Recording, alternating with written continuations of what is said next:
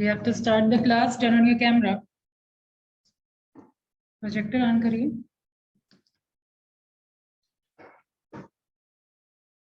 क्या वार्निंग हो रहा है क्या?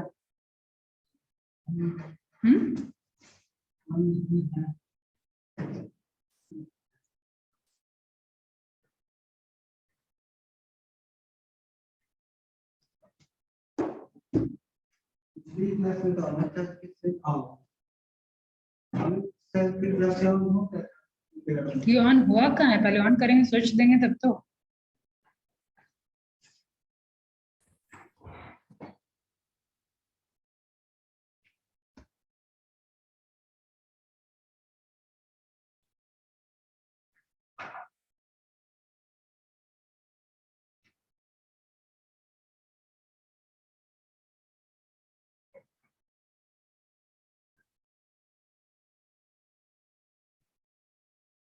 छोड़ दीजिए, लॉगिन कर लीजिए.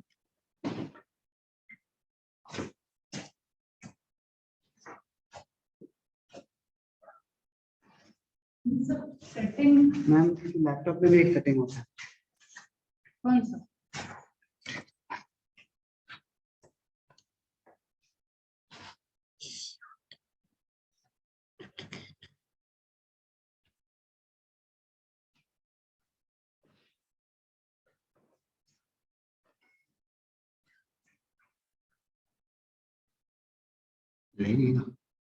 ऐसा कुछ नहीं करना था, जस्ट ऑन करना था और ऑलरेडी डिस्प्ले होता है.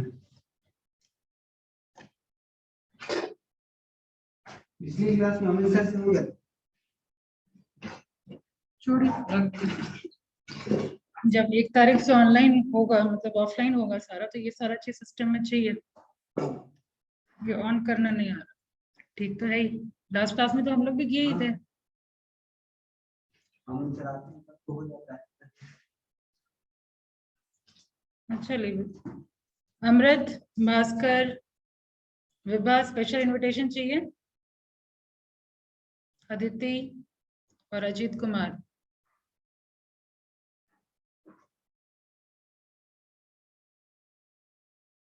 Still no reaction. आप लोग हैं या नहीं हैं? ऑल राइट, अभी भी 3 बच्चे हैं. भास्कर, विभा और अजीत. मेरा कैमरा ऑन. कैमरा ऑन है आपका?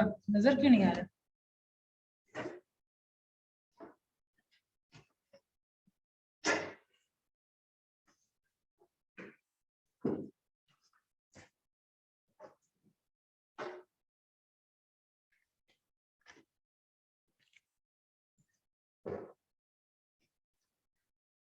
Okay, where were we in our last class?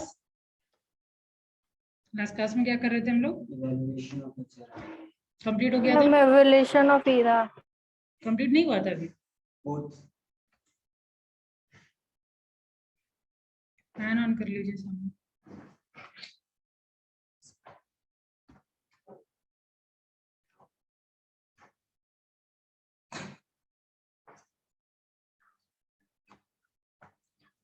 Alright, अब तक हम लोगों ने देखा एचआर है क्या. ठीक है, ऑब्जेक्टिव डिस्कशन हो चुका है, स्कोप डिस्कशन हो चुका है. इसके अलावा हम लोग फंक्शंस देख चुके थे एंड इवोल्यूशन कर रहे थे. इवोल्यूशन में सबसे पहले ट्रेड यूनियन मूवमेंट एरा. इसमें क्या बताया गया था? ट्रेड यूनियन मूवमेंट एरा में क्या बताया गया था बिट्टू कुमार?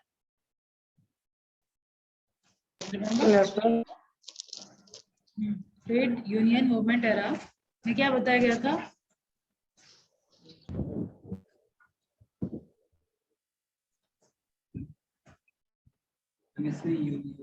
वर्कर्स जो थे उसमें खुद एक यूनियन बना लेते. बिल्कुल करेक्ट. वर्कर्स को अपने इंटरेस्ट के बारे में अवेयरनेस हो चुकी थी, वो यूनियन बना लिए थे. इसीलिए ट्रेड यूनियन, कुछ रटने की जरूरत नहीं है, ऐसे नाम देखिए ना, ट्रेड यूनियन मूवमेंट एरा, यानी यूनियन वाला जमाना आ चुका था. लोग अपने इंटरेस्ट के बारे में जान रहे थे, एम्प्लॉयज अपने इंटरेस्ट के बारे में जान चुके थे और इसके अकॉर्डिंग ये लोग अपने आप को ऑर्गेनाइज कर रहे थे. ठीक है, ये अंडरलाइन जो किया हुआ पोर्शन है, दैट इज इम्पोर्टेंट वन. अब वो बस एक देख करके की पॉइंट आप हाईलाइट कर सकते हैं। Safeguard interest of the interest and to sort out their problem, ये यूनियन बना लेते हैं। फाइन, तो पहले ये शुरुआत हुई, ठीक है। उसके बाद हो गया आपका सोशल रिस्पॉन्सिबिलिटी एरा। इसमें क्या बताया गया था कृष्णा?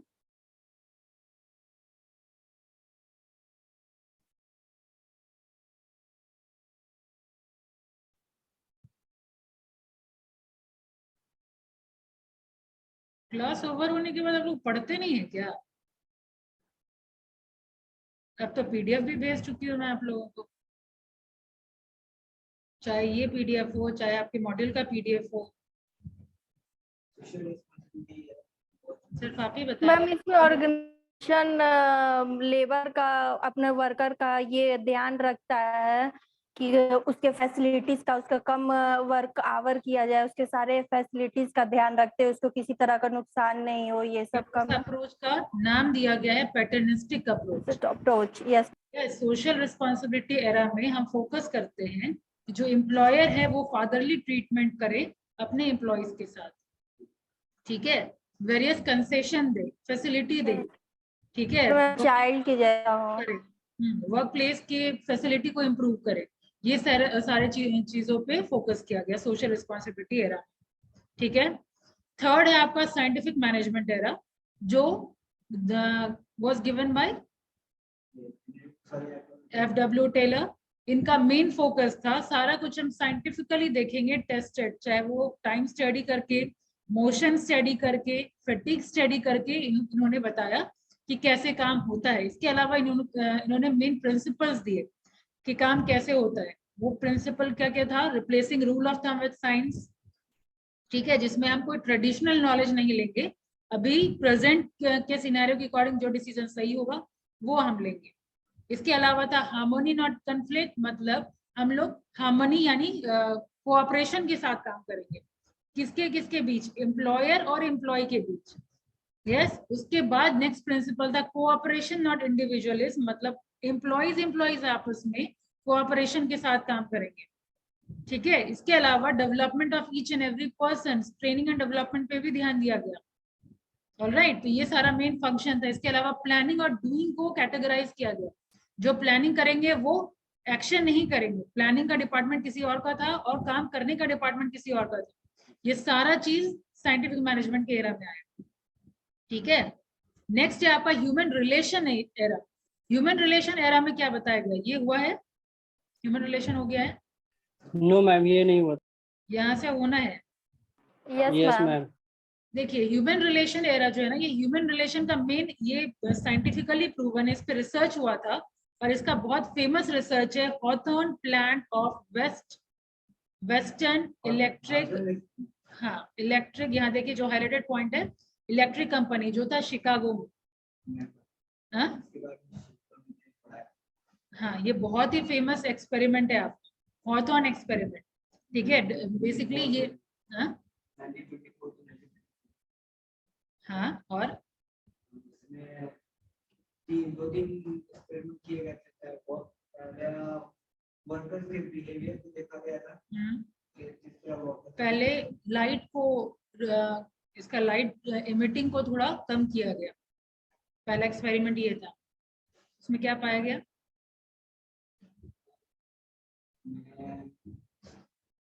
टोटल 4 एक्सपेरिमेंट है हॉथॉर्न एक्सपेरिमेंट पे, जब हम आएंगे और डिटेल जाएंगे, लेकिन उसमें टोटल 4 एक्सपेरिमेंट किया गया था और लास्ट में कंक्लूजन ये निकला था कि ये टोटली ग्रुप फॉर्मेशन पे ज्यादा एम्फेसिस किया जाता है। ह्यूमन रिलेशन मतलब क्या? रिलेशन की बात हो रही है ना।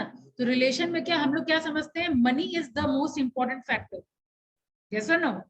हम लोग क्या सोचते हैं कि money is the important factor, लेकिन यहाँ पे प्रूव किया कि सिर्फ मनी अकेला ही इंपॉर्टेंट फैक्टर नहीं होता है प्रोडक्टिविटी इंक्रीज करने के लिए, बल्कि human being are the social animal, उनको काम करने के लिए ग्रुप की जरूरत है, ठीक है। तो इसमें ग्रुप फॉर्मेशन, ग्रुप इन्फ्लुएंस पे फोकस किया गया, ठीक है। लीडरशिप, आपके लीडर्स कैसे हैं उस पे भी फोकस होता है ह्यूमन रिलेशन एरा में, ठीक है। अगर अच्छे लीडर हैं, अगर आप देखते होंगे खुद भी, जो कैरिज्मेटिक टीचर है या फिर जो मान लीजिए हंसा हंसा के पढ़ाने वाले टीचर है, ठीक है, वो आप लोगों को ज्यादा इंटरेस्टिंग लगेंगे, है ना। उसी तरीके से सेम वे है कि जो लीडर होते हैं वो कैरिज्मेटिक हैं, अगर मतलब गुस्से के साथ आपको चार्ज अप कर दे उनके साथ काम करने में आपको ज्यादा मन लगेगा इन कंपैरिजन टू जो तानाशाही टाइप है, बस आपको ऑर्डर पास कर रहा है, उसके साथ काम करने में शायद ही किसी को मन लगता है। ठीक है, इसके अलावा कम्युनिकेशन, ये सारा इंपॉर्टेंट रोल प्ले करता है आपको ह्यूमन रिलेशन एरा। फाइन। इसके अलावा कंक्लूड यहाँ पे देखिए, they concluded that in order to have better productivity management should take, आप लॉग इन कर लीजिए ना, प्रोजेक्टर काम नहीं कर रहा है तो वो पीडीएफ है। तो पीडीएफ से देखिए। Take care of human relation beside the physical condition at work place. ठीक है, फिजिकल कंडीशन पे फोकस करने की बजाय ये लोग क्या फोकस किए, ह्यूमन रिलेशन पे। Consequently, the concept of social system, informal organization, group influence and non-logical behavior entered the field of management of personnel. तो ह्यूमन रिलेशन में ये यहाँ पे आपका की पॉइंट है कि यहाँ पे हम फोकस कर रहे हैं बेटर प्रोडक्टिविटी अगर लाना है तो कैसे करेंगे, by taking care of human relation, by taking care of group influence, by taking care of informal organization. All right, ये था आपका main focus of human relation. Done. अब बात करते हैं बिहेवियरल साइंस एरा के बारे में। अब बिहेवियरल साइंस जैसा अगेन वर्ड जैसे स्पेसिफाई कर रहा है बिहेवियर को रीड करना। ठीक है, जब कोई भी बंदा काम करता है तो उसका नेचर अंडरस्टैंड करना। अंडरस्टूड कि वर्क प्लेस पे वो कैसे रिएक्ट करता है, क्या वो इंडिविजुअल बेटर परफॉर्म करता है या ग्रुप में बेटर परफॉर्म करता है। ठीक है, तो in contrast to human relation which assume that happy workers are productive worker, the behavioral scientists have been goal and efficiency oriented and consider understanding of human behavior to be the major mean to that end. ठीक है, they have tried several sophisticated research methods to understand the nature of work and the people in the work environment. ये आगे आप लोगों का और आएगा, organisational behaviour का एक सब्जेक्ट है, उसमें हम लोग पढ़ते हैं कि ऑर्गेनाइजेशन के अंदर डिफरेंट पीपल कैसे बिहेव करते हैं। ठीक है, कौन सी सिचुएशन को चेंज कर दें तो लोगों का बिहेवियर चेंज हो जाए। तो बिहेवियरल साइंस एरा मतलब understand the nature of worker. Okay, ये हम लोग मेन फोकस करते हैं। नेक्स्ट आपका है, यहाँ मेजर कंक्लूजन दिया हुआ है बिहेवियरल एरा का। People do not dislike work if they have been help to establish objectives they will want to achieve that. मतलब अगर उसके ऑब्जेक्टिव को क्लियर किया जाए तो ऑब्वियसली सारे लोग चाहेंगे उसको अचीव करना। ठीक है, तो इस एक वेल डिफाइंड आपका गोल होना चाहिए, टारगेट होना चाहिए। Most people can exercise a great deal of self direction and self control and generate more creativity than required in the current job. ठीक है, therefore they are untapped potential remain unutilised. यानी आप उनके potential को जानिए ताकि आप उनके पोटेंशियल को अनटैप कर पाए, यूटिलाइज कर पाए। ठीक है, managers basic job is to use untapped human potential in organisation. इसके अलावा manager should create a healthy environment. इसके अलावा आपको being a manager provide them a good opportunity. ठीक है, operating efficiency can be improve by expanding subordinate influence. इसके अलावा work satisfaction की बात हुई है। ठीक है, इतना सारा चीज हम लोग फोकस करते हैं बिहेवियरल एरा के टाइम में। अब उसके अलावा आपके पास है ये system and contingency approach era. System and contingency कहने का मतलब क्या हुआ कि कोई भी ऑर्गेनाइजेशन में म्यूचुअल डिपेंडेंसी होती है। ठीक है, सब लोग एक दूसरे पे डिपेंडेंट है, ना कि सिर्फ एम्प्लॉयर और एम्प्लॉई, बल्कि एम्प्लॉय भी आपस में इंटरकनेक्टेड होते हैं। ठीक है, जैसे फॉर एग्जाम्पल आपके अंदर 10 बंदा अगर काम कर रहे हैं तो वो 10 बंदा का आपको इंश्योर करना है वो टारगेट पूरा हो। जैसा नो, तो उन लोगों का टारगेट पूरा होगा तभी आपको प्रमोशन मिलेगा या अप्रेजल मिलेगा। तो इंटरडिपेंडेंसी हुई कि नहीं। तो ऑर्गेनाइजेशन के अंदर different department is the sub system, और वो मिलकर के एक सिस्टम बनाता है। वो ये कहता है कि सब लोग, सारे सिस्टम या सारा सब सिस्टम एक दूसरे के ऊपर इंटरडिपेंडेंट है। वो है मतलब आपका system and contingency approach era. Fine. उसके बाद है ह्यूमन रिसोर्स मैनेजमेंट एरा, जो अभी आपके सामने है। ह्यूमन रिसोर्स मैनेजमेंट एरा में हम लोग जितना चीज ऊपर से लेकर के डिस्कशन हुआ है, वेलफेयर, फिर आपका पर्सोनल एस्पेक्ट, या फिर आपका एक और कौन सा एस्पेक्ट है मैम, इंडस्ट्रियल रिलेशन एस्पेक्ट।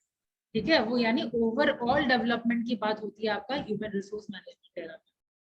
ठीक है, और प्लस आपका अब मॉड्यूल देखें, ये वाला तो डिस्कशन हो गया है।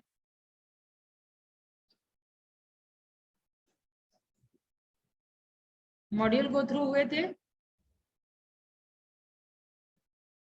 मेरे भेजने के बाद कितने लोग मॉड्यूल देखे हैं?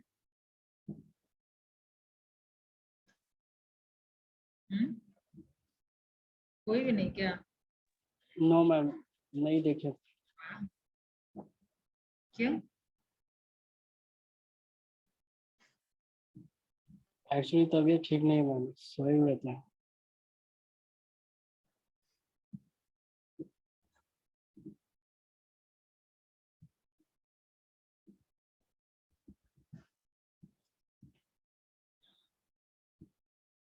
इतना डिस्कशन होने के बाद अब अगर आप अपना मॉड्यूल देखेंगे तो सारा कुछ समझ में आ जाएगा। फिर भी मैं थोड़ा ब्रीफ कर देती हूँ आपके मॉड्यूल में क्या क्या है। अब तक नहीं देखे तो आज जाके देखिए।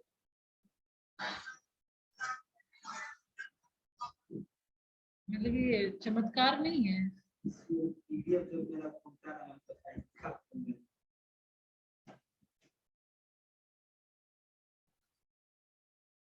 ऑलराइट, तो कॉन्सेप्ट की बात, हाँ सबसे पहले क्या है यहाँ पे देखिए, इंट्रोडक्शन डन। मतलब एचआरएम क्या है वो तो डिफाइन कर लेंगे सब लोग, कैसे डिफाइन करना है ऑलरेडी बता चुकी हूँ। पहले इंट्रोडक्शन देंगे, उसके बाद फिर आप डिफाइन करेंगे 3 स्कॉलर्स कम से कम, उसके बाद फिर लास्ट में कंक्लूजन। फाइन।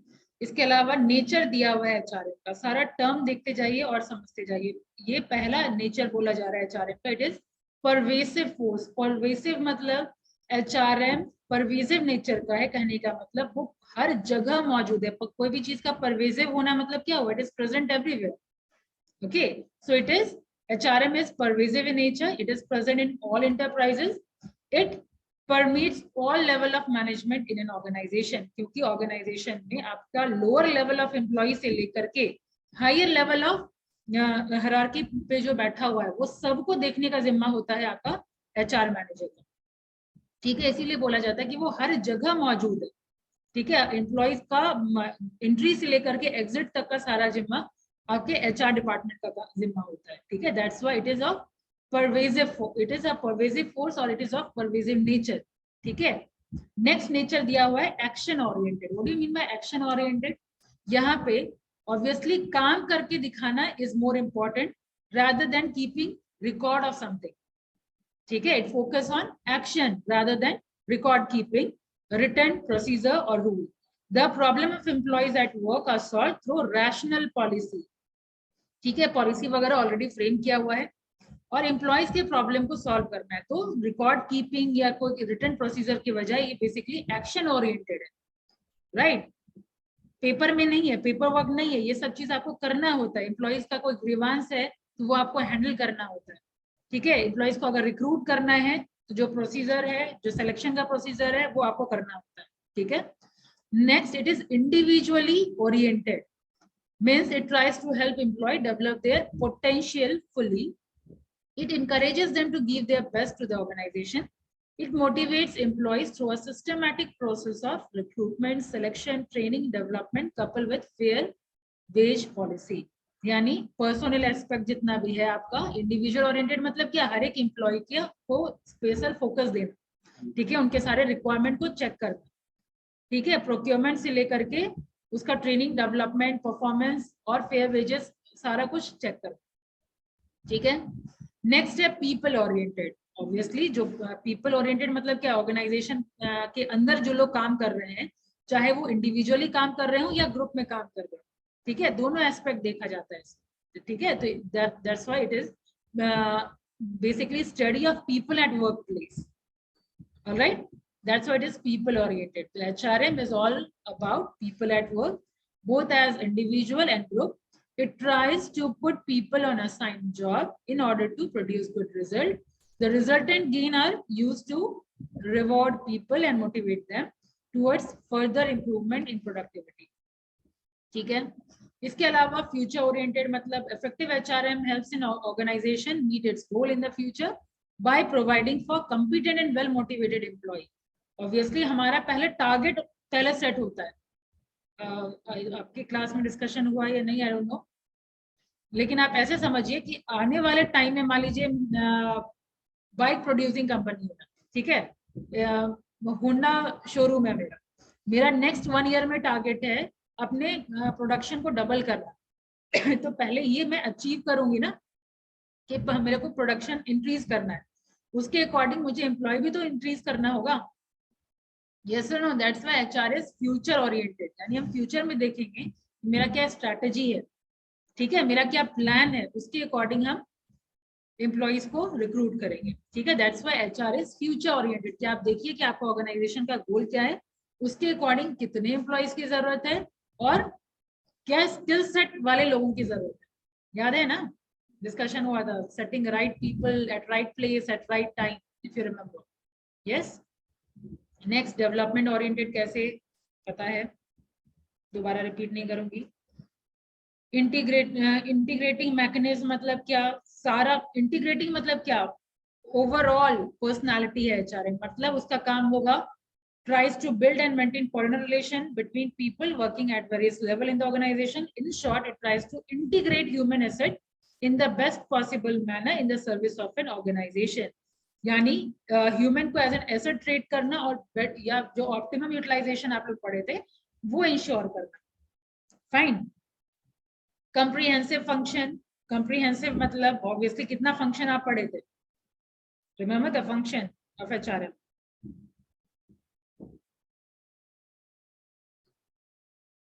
चार्ट याद है फंक्शंस का?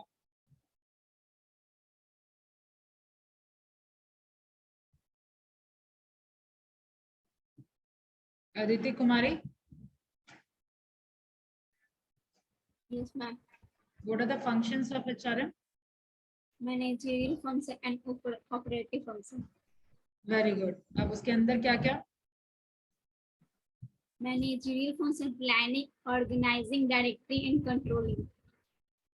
ठीक है, Operative function में समझ गई, आपको पता है ये हो गया, वो सारे फंक्शंस को परफॉर्म करना है, दैट इज कम्प्रीहेंसिव, ठीक है, वो सबको डील करना है, that's why HRM is a comprehensive function.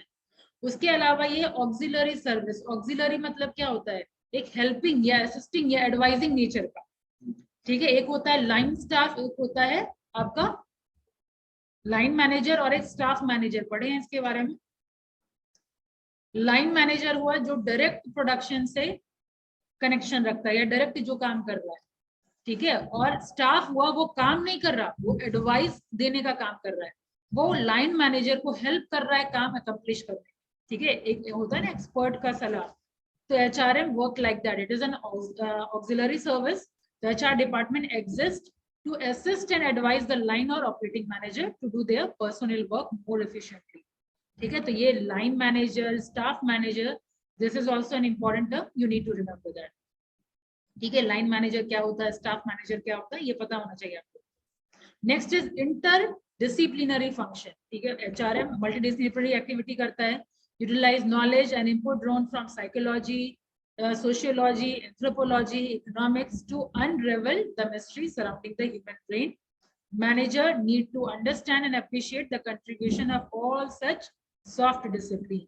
यानी HRM को interdisciplinary मतलब क्या, एक सब्जेक्ट से निकल के नहीं आया, ठीक है, सारे सब्जेक्ट्स से लेना पड़ता है।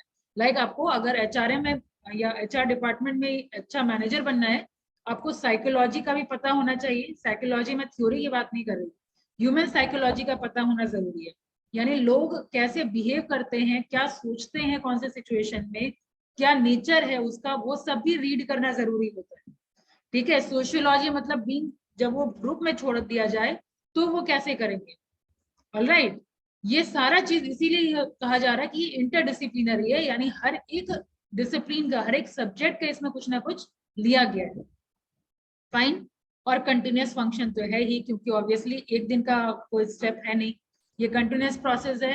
हर महीने अगर आपको कंपनसेशन या वेजेस देना है, हर महीने देना है, डेवलपमेंट भी टाइम टू टाइम आपको करवाना होगा, ठीक है। जैसे नया टेक्नोलॉजी आया आपको ट्रेनिंग देना होगा। Performance appraisal is also continuous process, ठीक है। तो इस तरीके से आप डिफाइन करेंगे नेचर। फाइन। इसके अलावा स्कोप पड़ा हुआ है, ऑब्जेक्टिव ये सारा देख चुके हैं, जो पीडीएफ में शेयर की थी वही है सारा, रीडिंग देना तो आपका काम है।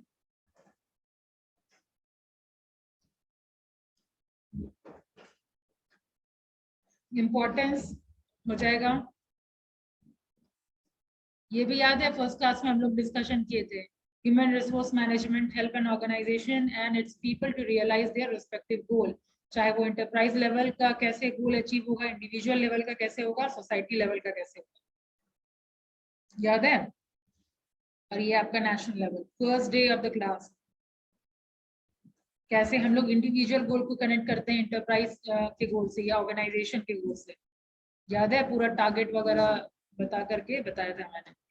ठीक है, ये रहा इंपॉर्टेंस। अब रहा आपका सिस्टम अप्रोच टू एचआरएम। तो अभी जो हम लोगों ने डिस्कशन किया ना सिस्टम, जो एरा वाला जो पार्ट था, वो हो जाएगा आपका सिस्टम अप्रोच ऑफ एचआरएम। मतलब क्या हुआ, ऑर्गेनाइजेशन में एचआरएम इज अ सिस्टम और उसके अंदर एचआरएम के अंदर सब सिस्टम क्या क्या हो जाएगा।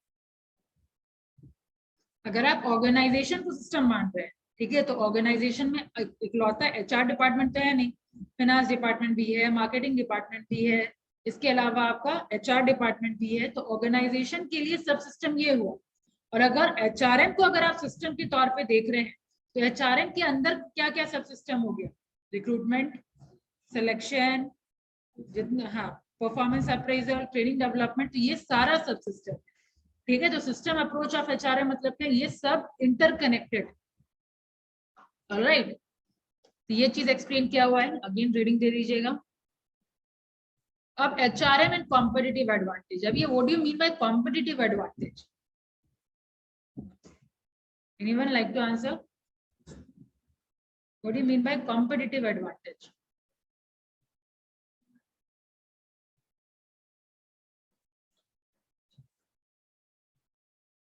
People from BBA or BCom background? Competitive advantage जो भी मतलब कि कॉम्पिटिशन्स होते हैं दो ऑर्गेनाइजेशंस के बीच में, और इनसे जो डेवलपमेंट होता है, न्यू थिंकिंग डेवलपमेंट होते हैं, न्यू वर्कआउट का थॉट डेवलप करता है, उससे एडवांटेज तो है ही नहीं, न्यू प्रोसेस डेवलप करते हैं। देखिए, कॉम्पिटिटिव एडवांटेज मतलब हमारे ऑर्गेनाइजेशन में ऐसा क्या है जो दूसरे ऑर्गेनाइजेशन के पास नहीं है। ठीक है, यस मैम। कोई भी ऑर्गेनाइजेशन, कोई भी सक्सेसफुल ऑर्गेनाइजेशन, क्या लगता है वो इकलौता टेक्नोलॉजी के बलबूते अच्छा कर लेगी क्या? सबसे सस्ती कार लॉन्च करना, क्या वो इकलौता रतन टाटा का स्ट्रैटेजी और उसकी वजह से हो गया क्या, या फिर उनके एम्प्लॉय की वजह से हुआ? मैम encouragement बढ़ता है ना मैम किसी से जो करने के लिए, क्या चीज?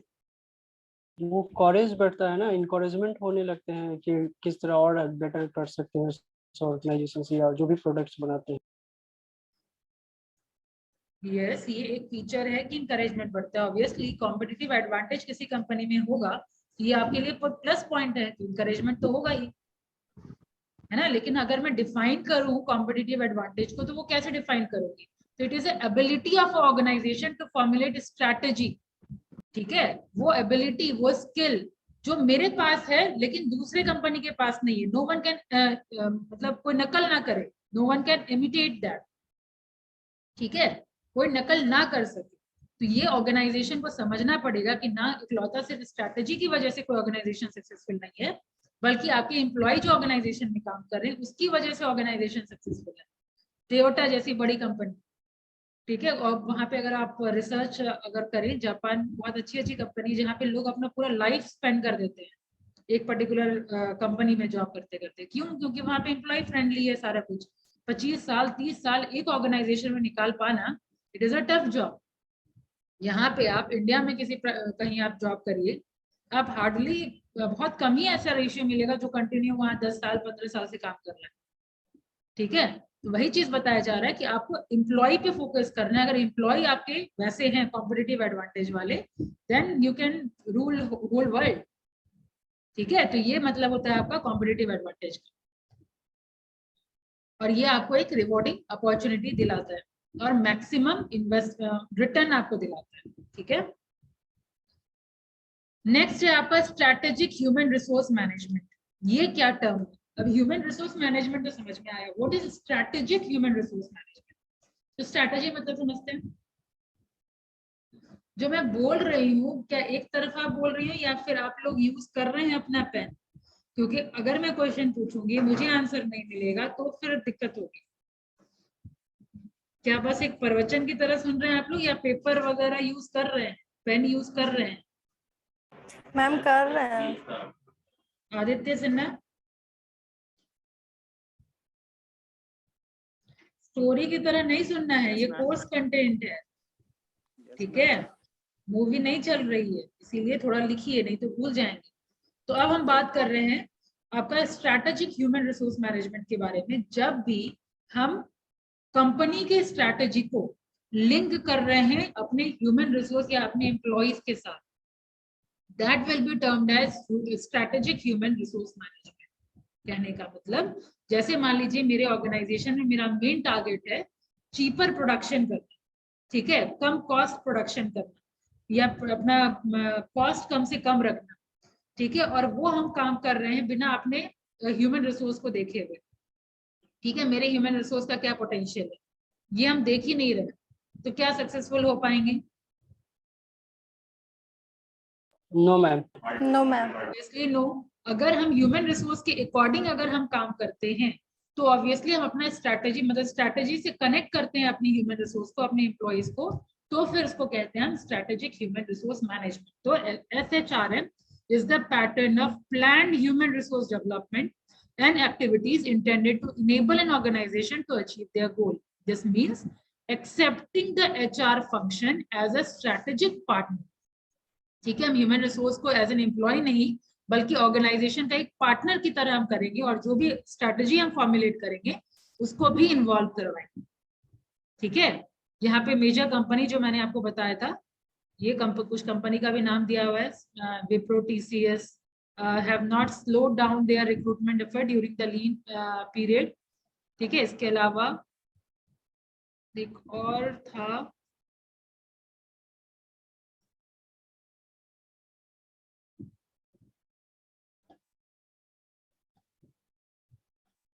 एग्जाम्पल भी मैंने देखा था, क्योंकि अगर आगे मिलेगा तो दिखाऊंगी कि सबसे कम या चीपर कार जो प्रोड्यूस की है, शायद टोयोटा का ही एग्जाम्पल था, ठीक है? उसके बारे में बताया जा रहा था कि वो just because of most devoted employ of the organisation की वजह से वो ऐसा कर पाए थे। इसमें कहीं केस मिलेगा आपको इसी चैप्टर 1 में। मैम तो टाटा नैनो भी तो वो डेवलप की है ना 1 लाख में कार। हाँ, टाटा का है या टोयोटा का है, सेम वे ऑर्गेनाइजेशन, यही चीज तो बात हो रही है कि एम्प्लॉय या कोई भी प्रोडक्ट कैसे सक्सेसफुल है वो एम्प्लॉइज पे डिपेंड करता है। यही तो है शायद कॉम्पिटिटिव। पेज नंबर 7 में मैम यहाँ है, low cost and high quality cards like Toyota and 1 2 3 4 ma'am 4 ma'am 4 line पे। तो ये तो रहा आपका पेज नंबर, यहाँ पे 7 है। Organization have come to realize over the year that improving technology and cutting cost enhance performance only up to a point. To move beyond that point, organization people are its most important resources. In the end, everything an organization does depend on people. Low cost and high quality car like Toyota, Saturn are not just a product of sophisticated automated machine. Instead, they are the result of committed employee all working hard to produce best car, ठीक है? और ये सारा explanation है। और आप जो बात कर रहे हैं तो टोयोटा का कंपैरिजन और नैनो का कंपैरिजन मतलब फीजिबल नहीं होगा। आप ये सुनिएगा, ठीक है, वो चीपर कार प्रोड्यूस की है लेकिन उसका बहुत कंप्लेन भी है। क्या है? कंपनी है भाई, सैटर्न भी कार प्रोड्यूसिंग कंपनी है, ऑटोमोबाइल कंपनी है। हाँ, नहीं, अजीत जैसे नैनो बोल रहा है उसके बारे में बोल रही हूँ। अब मार्केट में नहीं है वो, ठीक है? हाँ, उनका मोटिव था कि मिडिल क्लास के लोग भी कार चलाएं, उस टाइम पे काफी क्रेज रहा भी, लेकिन उसमें बहुत कंप्लेन वगैरह आना शुरू हो गया, लाइक उसके इंजन में तुरंत आग लग जाता है, ठीक है? तो अब है कहाँ, मार्केट से तो आउट हो ही चुका है। खैर, स्ट्रैटेजिक ह्यूमन रिसोर्स मैनेजमेंट समझ गए। अब यहाँ पे कंपैरिजन किया गया है डिफरेंस बिटवीन ट्रेडिशनल HR और स्ट्रैटेजिक HR में क्या डिफरेंस है, ठीक है? तो स्ट्रैटेजिक HR आपका रीसेंट इवैल्यूएशन, ठीक है, ये रिसेंटली डेवलप किया हो। तो ट्रेडिशनल HR क्या हो गया, ये फोकस कर रहा है सिर्फ एम्प्लॉय रिलेशन पे, ठीक है? और यहाँ पे हम लोगों ने क्या डिस्कशन किया, ये पार्टनरशिप की बात हो रही है यहाँ पे। यहाँ एचआर सिर्फ हम लोग अभी तक क्या डिस्कशन किए कि ऑर्गेनाइजेशन के अंदर एम्प्लॉय का रिक्रूटमेंट, एम्प्लॉय का ट्रेनिंग डेवलपमेंट, यही बात कर रहे हैं ना हम लोग एचआरएम में, यस और नो। लेकिन स्ट्रेटेजिक एचआर में आप इंटरनल और एक्सटर्नल दोनों की बात करते हैं, ठीक है। अब इंटरनल में तो एम्प्लॉयज आ ही गए, एक्सटर्नल में कौन कौन, कस्टमर के साथ अच्छा रिलेशन रखना, ठीक है, या फिर कोई स्टेक होल्डर, शेयर होल्डर, इन लोग के साथ अच्छा रिलेशन रखना। तो स्ट्रेटेजिक एचआर क्या है, partnership with internal and external customer, ठीक है, इंटरनल भी और एक्सटर्नल भी, यानी एम्प्लॉयज के साथ भी अच्छा रिलेशन और एम्प्लॉय के ऑर्गेनाइजेशन से बाहर वाले के साथ भी अच्छा रिलेशन। और बाहर वाले और कौन कौन हो सकते हैं, हो सकता है सप्लायर्स हो, ठीक है, या फिर स्टेक होल्डर्स हो, शेयर होल्डर्स हो, ठीक है। कस्टमर्स तो खैर सबसे हेड लिस्ट पे है, तो इन लोगों के साथ अच्छा रिलेशन है। कस्टमर के साथ रिलेशन अच्छा, मतलब आगे आप पक्का फ्लरिश करेंगे, ठीक है। ये हो गया फर्स्ट पॉइंट। सेकंड है रोल ऑफ एचआर। तो रोल ऑफ एचआर यहाँ पे transactional change, follower and respondent, ठीक है। ट्रांजैक्शनल चेंज कहने का मतलब यहाँ पे क्या है, यहाँ पे वही है कि सिर्फ आपको फोकस करना है पॉलिसी पे, रूल्स एंड रेगुलेशन पे।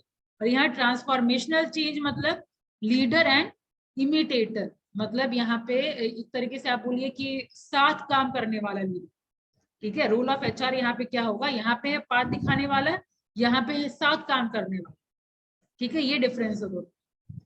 अब इनिशिएटिव की बात करें तो ये थोड़ा रिएक्टिव नेचर का होता है, स्लो होता है, फ्रेगमेंटेड होता है, और ये थोड़ा फास्ट, प्रोएक्टिव और इंटीग्रेटेड होता है, ठीक है। प्रोएक्टिव मतलब पहले से ही डिसाइड कर लेंगे, ठीक है, कि आने वाले फ्यूचर में ये प्रॉब्लम आ सकता है, कोविड आ गया है तो शायद ये प्रॉब्लम आ जाए, ठीक है, कि ऑनलाइन ऑफलाइन बच्चे ना आ सके, तो पहले से ही प्लान आउट, चलो जूम का ट्रेनिंग ले लो और फटाफट ऑनलाइन बच्चे को ट्रेनिंग देना शुरू करो, ठीक है। दिस इज प्रोएक्टिव, कि हो सकता है लॉकडाउन हो सकता है लॉकडाउन लंबा चले, this are what, proactive approach. और रिएक्टिव मतलब आएगा उसके बाद हम लोग सोचेंगे, समझ आया, this is the main difference.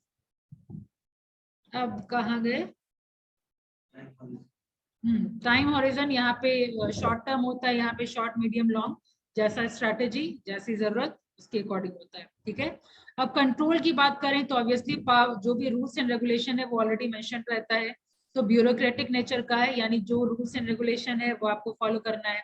ये फ्लेक्सिबिलिटी पे बिलीव करता है, ठीक है, अगर फ्लेक्सिबिलिटी चाहिए तो ये फ्लेक्सिबल हो जाता है। जॉब डिजाइन तो tight division of labour, independent specialisation, ये ब्रॉड, फ्लेक्सिबल, ठीक है। क्रॉस ट्रेनिंग टीम का मतलब क्या हुआ, जैसे मान लीजिए जॉब रोटेशन करवाना, लाइक टेली कॉलिंग वाले को हम ट्रेनिंग दे दिए सेल्स रिक्रूटमेंट वाला, सेल्स रिप्रेजेंटेटिव का, और सेल्स रिप्रेजेंटेटिव को हम ट्रेनिंग दे दिए टेली वाला, तो सेल रिप्रेजेंटेटिव दोनों काम सीख लिया, टेली वाला भी दोनों काम सीख लिया, लेकिन काम तो एक ही जैसा है ना, बस सेल्स को रिप्रेजेंटेटिव को क्या हो रहा है, फेस टू फेस इंटरेक्शन कर रहा है, टेलीकॉलिंग वाला टेलीफोन पे इंटरेक्शन कर रहा है, ठीक है। तो जॉब रोटेशन करवा करके हम एक क्रॉस ट्रेनिंग टीम बना सकते हैं, ठीक है। ये फोकस होता है आपका स्ट्रैटेजिक में। की इन्वेस्टमेंट कैपिटल है, यहाँ पे पीपल और नॉलेज है, मतलब एचआरएम में हम लोग मेन फोकस करते हैं बेसिकली, आप मतलब मनी ओरिएंटेड आप मान सकते हैं, कैपिटल ओरिएंटेड, प्रोडक्ट ओरिएंटेड, और स्ट्रैटेजिक में पीपल और उनके नॉलेज, ये चीज पे फोकस किया जाता है, ठीक है। अकाउंटेबिलिटी, यहाँ पे भाई कॉस्ट कम होना चाहिए, ठीक है, एज अ कॉस्ट देखा जाता है यहाँ एचआर में आपके एम्प्लॉइज को, और यहाँ पे इन्वेस्टमेंट सेंटर माना जाता है स्ट्रैटेजिक एचआर में, ऑलराइट। रिस्पॉन्सिबिलिटी फॉर, मैम ये की इन्वेस्टमेंट में ये बताया गया है जो ट्रेडिशनल है कैपिटल और प्रोडक्ट्स पे दिए गया है, तो ये ऑर्गेनाइजेशन के सिर्फ कैपिटल पे ये फोकस करता था, लेकिन जो स्ट्रैटेजिक है वो पीपल और नॉलेज पे, तो ये इतना डिफरेंस है क्यों? अभी फिर वापस वही बात आ करके रुक जाएगी जो अभी हम लोग ऊपर डिस्कशन किए, पीपल और नॉलेज पे हम फोकस करेंगे तो ऑटोमेटिकली मेरा कैपिटल और प्रोडक्ट नहीं बढ़ेगा। मैम तो कैपिटल का मतलब ये तो हो सकता है कि इन्वेस्टमेंट भी हो सकता है ना, कि कैपिटल तो रेज करने का बहुत वे हो सकते हैं। कैपिटल मतलब पूंजी, यस मैम, पैसा जो कैपिटल में लगा रहे हैं हम ऑर्गेनाइजेशन, ठीक है, यस मैम, लेकिन वो मेरा ये कहना था जैसे कि जो ट्रेडिशनल एचआर है वो कैपिटल और प्रोडक्ट पे फोकस करता है, तो कैपिटल तो कंपनी की है वो, लेकिन ये यहाँ पर पीपल एंड नॉलेज पे फोकस कर रहा है, तो अलग अलग हो गया ना फिर। तो डिफरेंस ही तो डिस्कशन कर रहे हैं हम लोग। एचआर, ट्रेडिशनल एचआर और स्ट्रेटेजिक एचआर का डिफरेंस ही तो डिस्कशन कर रहे हैं अब तक हम लोग, कि क्या डिफरेंस है। Yes ma'am.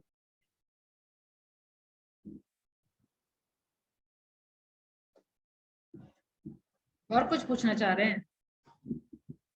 नो मैम, हो गया, समझ में आ गया मैम। इसका मतलब यहाँ तक समझ में नहीं आया था तब तो।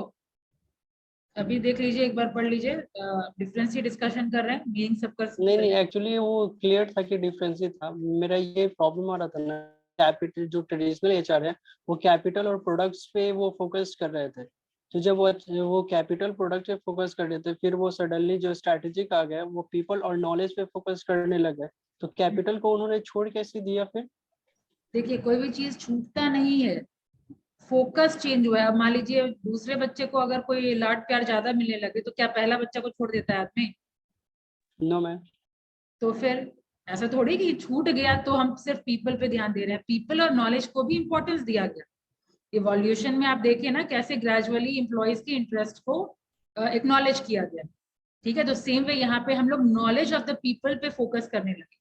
ठीक है, उनके वर्किंग कल्चर को, उनके समझिए वर्किंग कंडीशन को बेहतर करना शुरू किया, ताकि नॉलेजेबल एम्प्लॉयज को हम रिटेन कर पाए। ठीक है, पहले हर हालत में प्रोडक्ट अच्छा होना चाहिए। ठीक है, इस पे ज्यादा फोकस किया गया।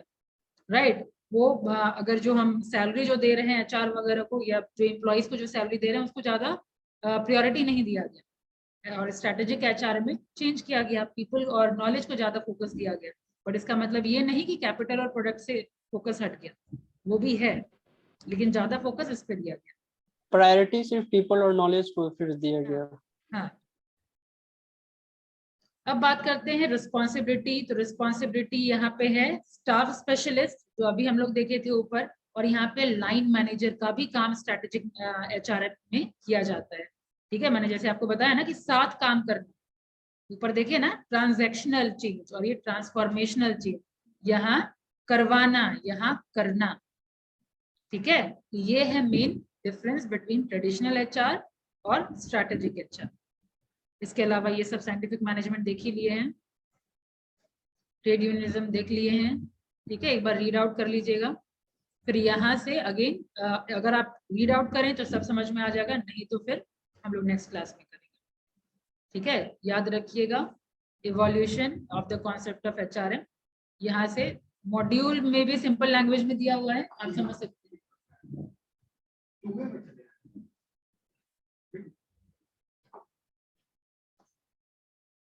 ठीक है, मिलते हैं हम लोग नेक्स्ट क्लास में, अटेंडेंस दे दीजिए।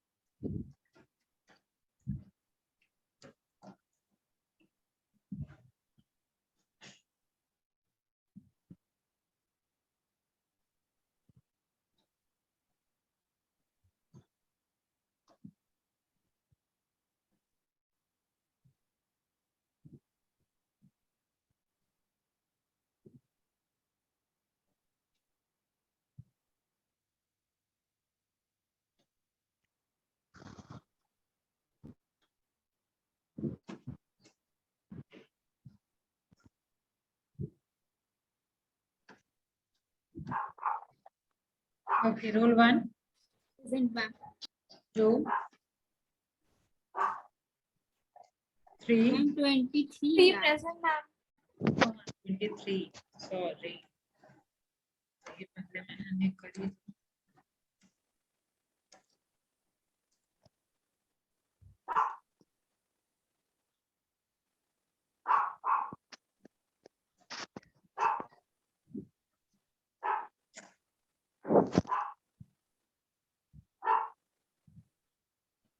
1 है, 2, 3, 4, 5, 6, 6 मैम 7, 8, Yes, ma'am. 9, 9 नहीं है, 10, 11, Present, ma'am. 12, 13, 14, yes ma'am 15,